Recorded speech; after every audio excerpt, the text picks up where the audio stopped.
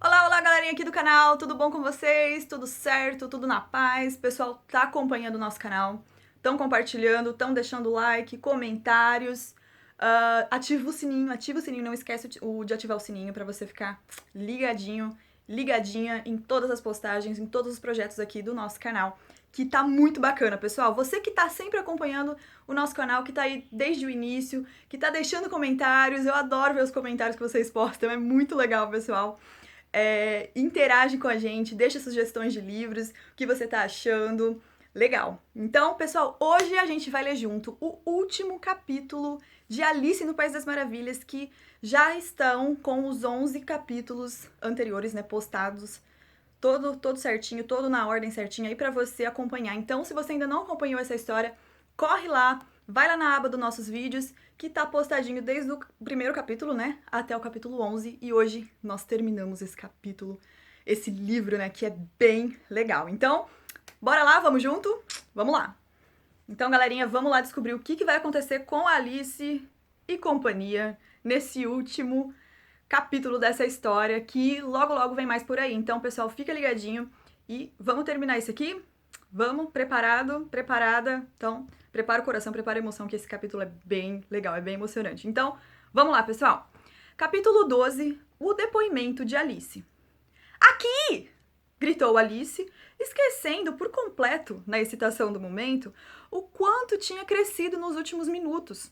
E se levantou com tal afobação que derrubou a banca dos jurados com a barra da saia, jogando todos eles sobre as cabeças da assistência, embaixo. E lá ficaram eles estatelados, lembrando muito a Alice um aquário de peixinhos dourados que derrubara por acidente na semana anterior. Oh, mil perdões! Exclamou com grande consternação e começou a recolhê-los o mais depressa que podia, pois não conseguia tirar da cabeça o acidente dos peixinhos dourados. Alguma coisa lhe dizia que, se não fossem reunidos imediatamente e postos de volta na banca dos jurados, morreriam. O julgamento não pode prosseguir, disse o rei numa voz muito grave, até que todos os jurados tenham retornado a seus devidos lugares. Todos! Repetiu com muita ênfase, lançando um olhar bravo para Alice. Alice olhou para a banca dos jurados e viu que, na sua pressa, colocaram o lagarto de cabeça para baixo, e o pobre bichinho estava abanando a cauda, muito triste, completamente incapaz de se mexer. Apressou-se a pegá-lo de novo e desvirou-o. Não que isso signifique muito, disse para si mesma. Tenho a impressão de que vai ser tão útil no julgamento de cabeça para cima quanto para baixo. Assim que se recobraram um pouco do choque do tombo e suas lousas e gizes foram encontrados e devolvidos, os jurados puseram-se a trabalhar com muita diligência na redação da história do acidente, com a única exceção do lagarto, que parecia transtornado demais para fazer alguma coisa além de ficar lá de boca aberta, fitando o teto do tribunal. O que você sabe sobre este caso? Perguntou o rei a Alice. Nada, respondeu Alice. Absolutamente nada? Insistiu o rei. Absolutamente nada, confirmou Alice. Isto é muito importante, disse o rei, voltando-se para os jurados. Eles mal estavam começando a escrever isso em suas lousas quando o coelho branco interrompeu. Desimportante, Vossa Majestade quer dizer, é claro. Disse em um tom muito respeitoso, mas franzindo o senho e fazendo caretas para ele enquanto falava. Desimportante, é claro, eu quis dizer. O rei apressou-se a dizer e continuou para si mesmo, mais baixo. Importante. Desimportante. Desimportante? Importante. Como se estivesse experimentando para ver qual das palavras soava melhor.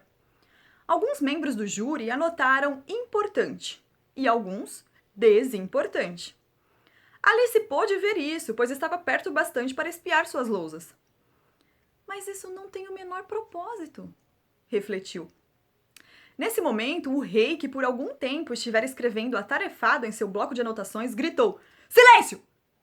E leu de seu bloco: Regra 42. Todas as pessoas com mais de 1,5 km de altura devem se retirar do tribunal. Todos olharam para Alice. Não tem 1,5 km de altura, disse ela. Tem sim, disse o rei. Tem quase 3 quilômetros! Acrescentou a rainha. Bem, seja como for, não vou sair, disse Alice. Aliás, essa regra não é válida. Você acaba de inventá-la. É a regra mais antiga do livro, observou o rei. Então deveria ser a número 1, disse Alice. O rei ficou pálido e fechou seu bloco rapidamente. Pronunciem seu veredito, disse ao júri numa voz baixa e trêmula. Se me permite, majestade, há mais indícios a examinar, disse o coelho branco, muito afobado, dando um pulo para a frente. Este documento acaba de ser apreendido. O que há nele? Indagou a rainha. Ainda não o abri, respondeu o coelho branco, mas parece ser uma carta, escrita pelo prisioneiro para alguém. Disso não há dúvida, disse o rei, a menos que tivesse sido escrita para ninguém, o que não é comum, como sabe. A quem está endereçada? Inquiriu um dos jurados. Simplesmente não está endereçada, disse o coelho branco. De fato, não há nada escrito do lado de fora. Desdobrou o papel enquanto falava e acrescentou. Afinal de contas, não é uma carta, é um conjunto de versos. Estão escritos com a letra do prisioneiro? Perguntou outro dos jurados. Não, não estão, disse o coelho branco. E isso é o que tem de mais esquisito. Todo o júri parecia pasmo. Ele deve ter imitado a letra de outra pessoa, disse o rei. Todo o júri se iluminou de novo. Por favor, majestade, apelou o valete. Não escrevi isso e não podem provar que escrevi. Não há nenhuma assinatura no fim.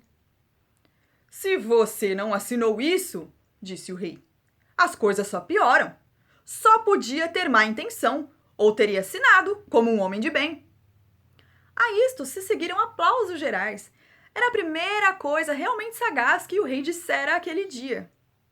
Isso prova a culpa dele, disse a rainha. Não prova coisa alguma, exclamou Alice. Ora, nem sabem do que tratam os versos. Leia-os, disse o rei.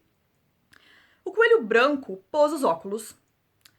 Por onde devo começar, por favor, majestade? Perguntou. Comece pelo começo, disse o rei gravemente, e prossiga até chegar ao fim. Então pare. Fez-se um silêncio de morte no tribunal, enquanto o coelho branco lia estes versos. Soube que de mim com ela falaste, e com ele foste me intrigar. Ela disse que tenho engenho e arte, só é pena que não sei nadar. Ele mandou dizer que eu partiria. Sabemos que tinha razão. Se ela descobrisse a mentira, qual seria a tua situação? Dei uma para ela, para ele dei 3. Tu nos deste 5 ou mais. Todos voltaram dele outra vez. Mas a mim não chegaram jamais. Se acaso em toda essa questão ela ou eu andássemos metidos, ele sabe que os livraria da prisão, plenamente absolvidos. Sabe, eu andava desconfiado, antes do teu ataque, que tu trocavas de lado, entre ele, eu e nós a cada baque. Não lhe contes que ela lhes deu sua aprovação, pois este sempre será um segredo guardado no coração entre ti e teu amigo K. É o depoimento mais importante que ouvimos, disse o rei, esfregando as mãos. Portanto, agora deixemos o júri. Se alguém conseguir explicar esses versos, disse Alice, crescera tanto nos últimos minutos que não sentia nem um pouquinho de medo de interrompê-lo. Dou-lhe 6 pence. Eu não acredito que haja um átomo de sentido nele. Os jurados, em peso, anotaram em suas lousas. Ela não acredita que haja um átomo de sentido neles. Mas nenhum tentou explicar o documento. Se não há nenhum sentido neles, disse o rei, isso nos poupa um bocado de trabalho, não é mesmo? Pois não precisamos tentar encontrar nenhum. No entanto, não estou bem certo, prosseguiu, abrindo os versos sobre os joelhos e olhando para eles de rabo de olho. Tenho a impressão de que vejo algum sentido neles, afinal das contas. Só é pena que não sei nadar. Você não sabe nadar, não é? Acrescentou, voltando-se para o valete. O valete sacudiu a cabeça tristemente. Pareço saber, disse, o que certamente não parecia, sendo todo feito de papelão. Até aqui tudo certo, disse o rei, e foi adiante, murmurando os versos para si mesmo. Sabemos que tinha razão.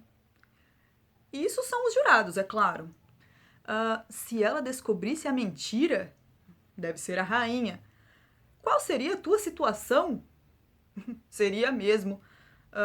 Dei uma para ela, para ele dei 3. Ora, isso só pode ser o que ele fez com as tortas. Mas continua. Todos voltaram dele outra vez, disse Alice. Veja, cá estão elas, disse o rei triunfante, apontando as tortas sobre a mesa. Nada pode ser mais claro que isso. Depois, de novo, antes do teu ataque. Você nunca sofreu ataques, não é, minha cara? Perguntou a rainha. Nunca! Disse a rainha furiosa, jogando um tinteiro do lagarto enquanto falava.